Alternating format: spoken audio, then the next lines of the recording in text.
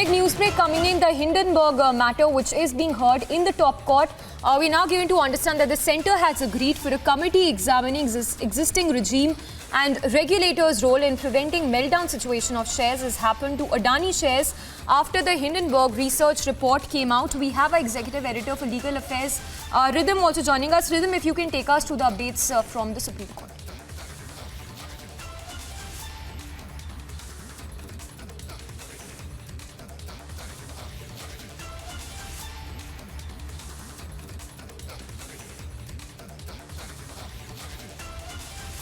All right, we'll try and connect with Rhythm again, but the centre agreeing for formation of panel.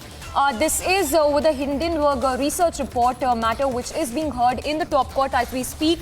Centre having agreed for the formation of a panel. Rhythm is back with us. Rhythm, take us through the big updates coming in on the matter being heard in the top court.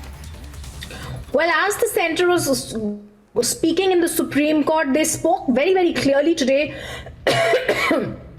In the Adani case, as the Supreme Court was hearing them, the centre has very, very clearly, this is being represented by Solicitor General Tushar Mehta, told the court that we agree for a committee that is needed to examine the existing regimes and also the regulators' role in preventing a meltdown situation of shares.